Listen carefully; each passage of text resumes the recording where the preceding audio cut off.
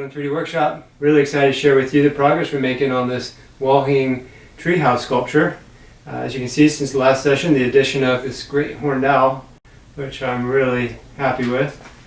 You can see some different angles here. You can see also this piece of wood just represents the wall, as if it were hanging on the wall. And show you this angle here. I really like how the wood adds so much movement and color and life to the sculpture.